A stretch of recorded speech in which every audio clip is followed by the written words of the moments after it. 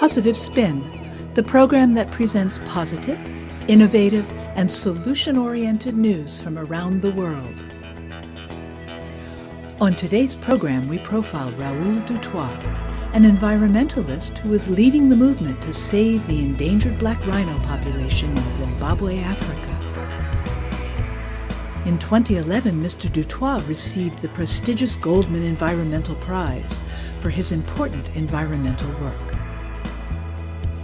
And we'll hear two-time Olympic athlete Marilyn King's inspiring message of how applying Olympian principles in our lives can lead to creating a more peaceful world. And finally, we'll join our associate Bill Miller at the UN television studios in New York, where he will interview the director of UNESCO, the United Nations Education, Science, and Cultural Organization. In our first segment, we profile Raoul Dutoit, an environmentalist from Zimbabwe and recipient of the 2011 Goldman Environmental Prize, the world's largest and most prestigious award honoring grassroots activists from around the globe. Raoul Dutoit's conservation initiatives have developed and maintained the largest remaining population of endangered black rhinos in Zimbabwe. He applied the innovative approach of building community awareness of the need to conserve rhinos while at the same time focusing on wildlife conservation and land. This strategy was designed to assure that Zimbabwe is constantly negotiating the balance between conservation and development.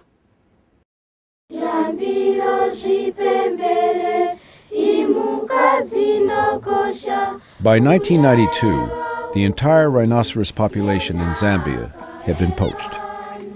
Raoul Dutoit was horrified as bands of poachers began to cross the border to his native Zimbabwe to slaughter the animals for their horns.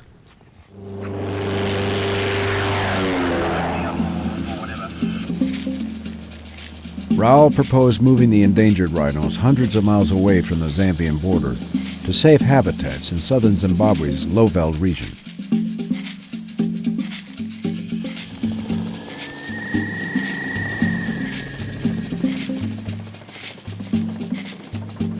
We moved, I think it's a total of 111 rhinos, black rhinos, into the lowveld, and they built up to 4 times that number.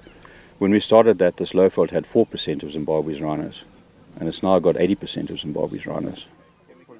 We do know these rhinos pretty well, and that's because we've been involved in moving them, sometimes under fairly arduous kind of conditions. A lot of sweat and blood's been involved in that. Catching rhinos is not easy. There's always risks in that. I've had my pelvis cracked by a rhino before. You can imagine if you're running down the road and a bus hits you from behind. It's pretty well what it was like. Raoul and his team were recently dealt another crushing blow when 100 of their cherished herd of 400 rhinos were ruthlessly poached for their horns. Most of these animals we've known since they were born. And the next thing you find them with a bullet in their head and the horns hacked off. It is very difficult, and in some cases you lose entire families.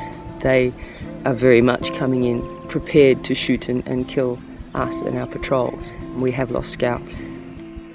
These tragic losses force Raoul to bolster their security measures and their elaborate monitoring systems. We've got to audit the rhinos. If rhinos go missing and you don't detect that they've been poached, then that poaching can build up insidiously. So basically we just got to keep an eye on them. And we do that through a combination of the bushcraft skills and the high-tech skills involved with the radio tracking, aircraft, new transponder technology, all coming together to build up a comprehensive picture of what the rhinos are up to. I think Raoul's strengths are in that he's very dedicated and passionate about the rhino. It's without doubt the next species that is going to face extinction. We have to build that sense of respect and wonder for these huge animals, and also a sense of pride. These are African animals, and the African communities must feel some pride that they're here as animals that the rest of the world looks at in awe. For outstanding environmental achievement in Africa, the 2011 Goldman Environmental Prize is awarded to Raoul Dutoit, Harare, Zimbabwe. In the following segment, we hear a message of peace from two-time Olympian Marilyn King, whose 20-year athletic career includes 5 national titles and a world record. An automobile accident in 1979 rendered her unable to train physically for her 3rd Olympic team in the grueling 5-event pentathlon. Using only mental training techniques, she placed 2nd at the Olympic trials for the 1980 Moscow Games. This extraordinary experience and the resulting research led to a 30-year career as an expert in the field of exceptional human performance. Her work is a powerful example of applying skills learned through sports to business, education, and peace. Hello, I'm Marilyn King. And as an Olympian, I take our ancient role as messengers very seriously, which is why I'm carrying the Olympic torch today, because I want to pass it on to you. And my message basically has 2 parts. One is that we can make it. We can do this. We can create and live in a world that works for all. And I know this because first and foremost, I had the privilege of living in the Olympic Village with people of every race and religion and political persuasion, and we lived in peace. And primarily because as we looked around in one another's eyes, first and foremost, we had respect for one another. And the second thing we had was curiosity. The second part of my message is that we can accelerate our shift to permanent peace by applying the same powerful thinking skills that Olympic athletes use to achieve their goal.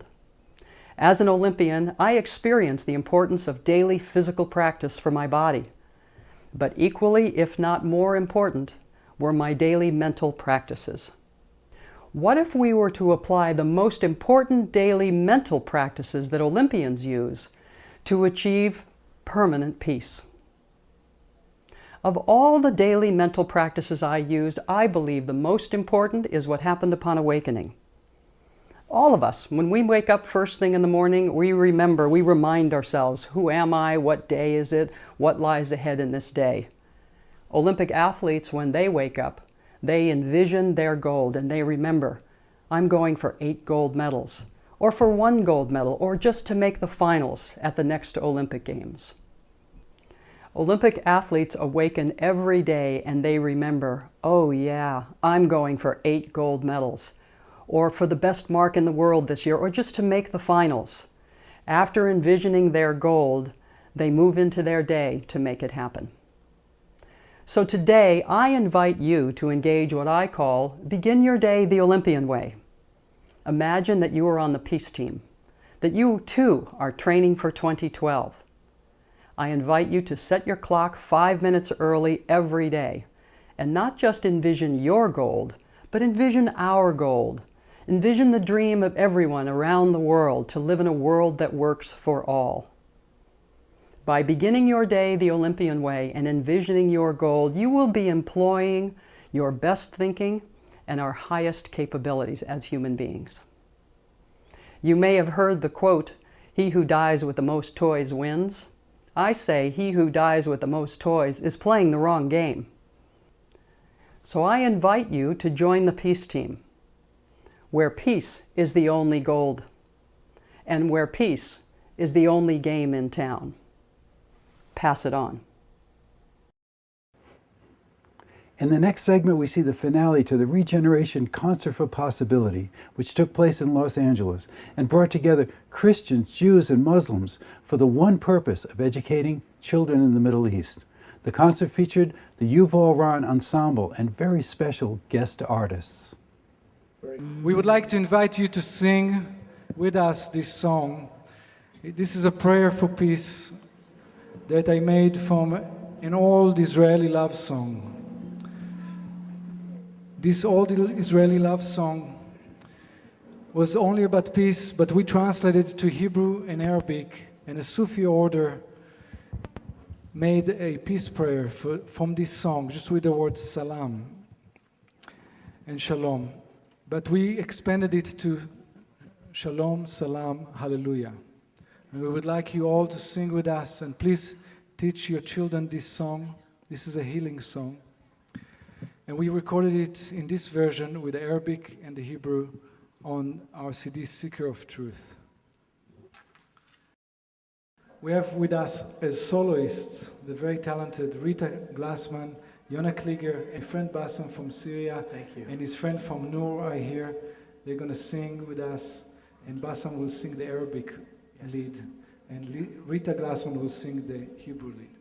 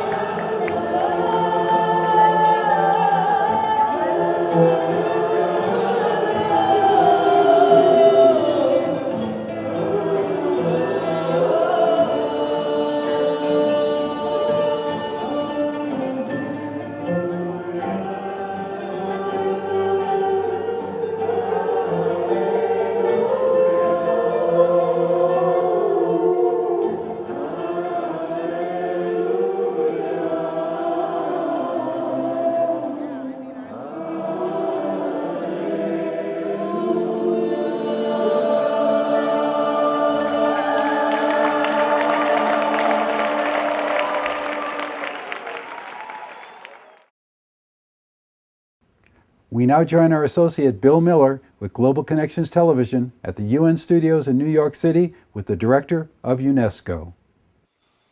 Welcome to today's Global Connections program. I'm Bill Miller. What is UNESCO, the United Nations Educational, Scientific, and Cultural Organization? How do UNESCO programs impact people, literally tens of millions of people around the world? We'll be back in just a moment to talk about these and other important issues.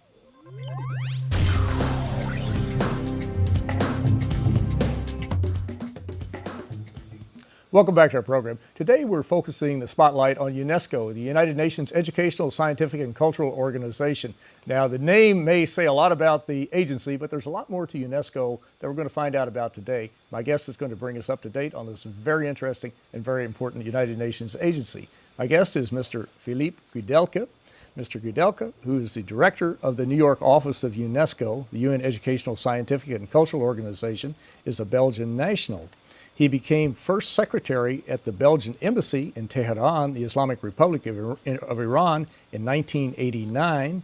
He is seconded to UNESCO by the Belgian Foreign Ministry following a very interesting diplomatic career that took him to Warsaw, the World Trade Organization, Singapore, and the Sultanate of Brunei Darussalam, where Mr. Koudelka served as the Belgian ambassador from 2002 to 2005. Mr. Koudelka holds a master's degree in law. He speaks French, English, Dutch, German, and he's learning Chinese. Mr. Philippe Koudelka, welcome to Global Connections Television. Thank you, Bill. That's a very impressive resume you have here. Very impressive, especially the Chinese part. Very good. Let's jump right into it. UNESCO, the United Nations Educational, Scientific, and Cultural Organization. The three key areas say a lot about it. When was UNESCO formed? Why was it formed? And very generally, what does it do? So thank you very much, Bill, for your very kind words. And you were, as we were saying on television, as we all know, wars start in the minds of men. So it is also in the minds of men that we have to construct the defenses of peace, working on education, science, culture, and free media, because all those four fields have an important role to play in order to make sure that there would be less wars in the future, and then there is more humanism in our world. So at the end of the Second World War in 1945, the countries which have created the United Nations in New York have decided also to establish a UN agency in Paris whose focus would be on education, science, culture, and communication-free press. Now, what do we do in those four fields? We do basically three things. We do capacity building. For instance, we are training journalists in Tunisia so that they can report in an independent way on the electoral process. We contribute to dialogue, and we are, of course, in a world which is in great need of dialogue. For instance, in Samarra in Iraq in 2007, the shrine was destroyed in a bombing. And the shrine is a Shia shrine, but they are surrounded by a Sunni community.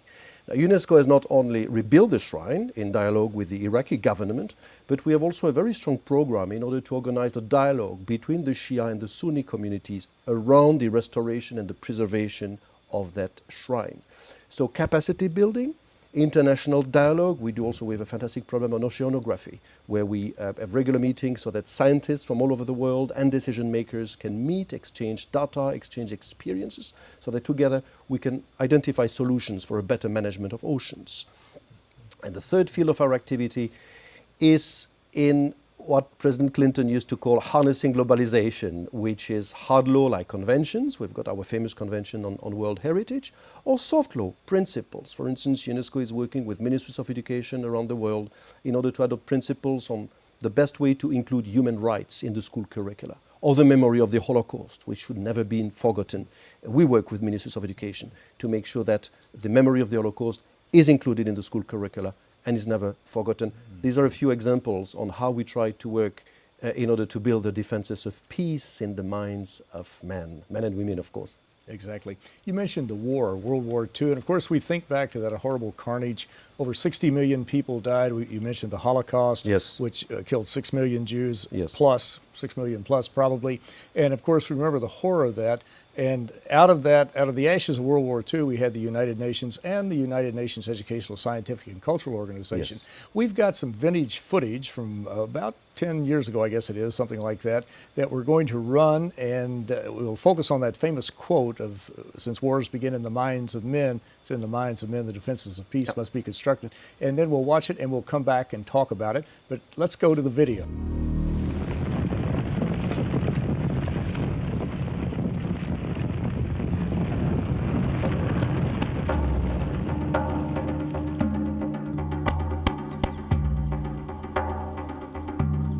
Since wars begin in the minds of men, it is in the minds of men that the defences of peace must be constructed.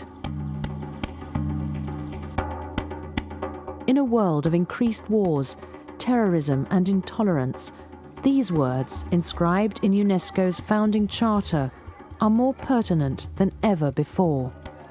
So too are UNESCO efforts to translate them into action through international cooperation in the fields of education, the sciences, communication, and culture.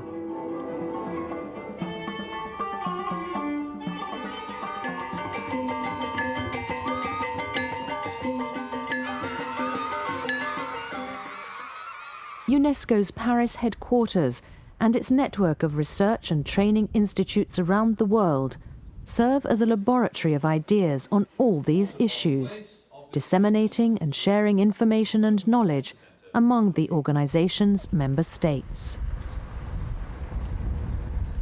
A specialized agency of the United Nations system, UNESCO works to create conditions for true dialogue based on mutual respect and the dignity of each civilization and culture. It works to share and spread knowledge and to promote education for all. It serves as a standard setter for ethics in science, a watchdog of press freedom, and a champion of human rights. Mr. Kudelka, I think that gives a vivid overview of the United Nations Educational, Scientific, and Cultural Organization. And of course, we can see education, science, and culture, how that all fits together. But they brought in the champion of human rights. How do you factor that into your programs, and why is that so important when you're looking at all these other areas that you're working on? Also, promotion of human rights is, of course, at the core of our mandate. I've already mentioned to you our work on education for human rights, our work to make sure that human rights are better included in school curricula, primary school, secondary school education all over the world. Another field where we are active is on independent media and press freedom. For instance, every year, on 3rd of May, we organize the World Press Freedom Day. And last year in May, we organized it in America, in Washington, D.C., in the Newseum.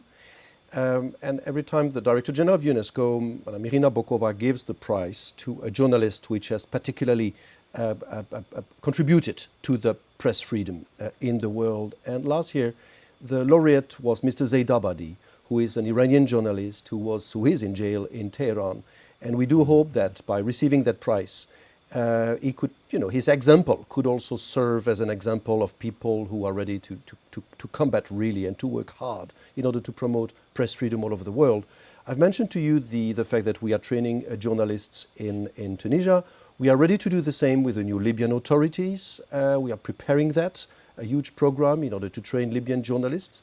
And I would say that press freedom is probably one of the key sectors where we do promote concretely human rights. The Millennium Development Goals, there are 8 logical goals that were drafted in 2000. There are several that they all tie into what you're doing, I'm sure, to some degree. Yes. But how do you focus more on, do you incorporate these to provide primary universal education for all primary school students, to reduce abject poverty by 50%, to promote sustainable development goal number 7, to empower women? They all factor into your planning? Yes.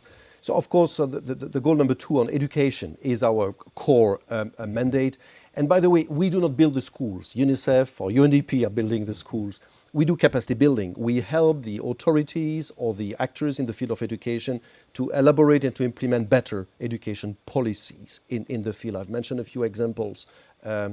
In Tanzania, if you want, they wanted also to increase and better the way sciences are taught in the schools in Tanzania. And UNESCO is the agency helping the government to improve the way sciences are taught in their schools. So education. Of course, you've mentioned gender, health, economic development. Education is at the core of all of that. You know that there is a reflection now in the UN system about the post-2015, what would be the longer-term development goals, taking on board, of course, sustainable development. And there, UNESCO is working hard also to convince the various actors of the importance that oceans play in the sustainable development. We need more cooperation within the UN system and more input from the science sector in the field of ocean management. Education remains a key priority and should be developed further, all levels, primary, secondary, university education, technical and vocational training. That's of key importance and will remain extremely important. The role of media in development and democratization is a key factor that probably should be better reflected. And culture for development. Tourism is currently 5% of world GDP. It is growing extremely fast in least developed countries, and we do believe also that creative industries, tourism, jobs around World Heritage Sites should be better integrated in cultural policies, and we are ready to contribute to that more. Mm-hmm. It certainly sounds like it. In our last 30 seconds, I hate to do this to you, what do you see as the major challenge to UNESCO as we move further into the 21st century? Well, sustainable development is a common challenge for the entire UN family. How to make sure that our organizations can be more efficient, more focused, more relevant, in line with the priorities of the international community in order together to bring answers to those common challenges. Mm-hmm. It is very, very important. And of course, UNESCO is on the front line, as many United Nations agencies. But Mr. Philippe Koudelka, I want to thank you so very much for a very interesting and a very informative program. Thank you for inviting me. I'm Bill Miller. Thank you for joining us on today's Global Connections program. Well, that's our show for today. We hope this program has inspired you to take action in your local community to create a better world. I'm Bill McCarthy, and I want to remind you that everyone can make a difference. Go out and make some positive news.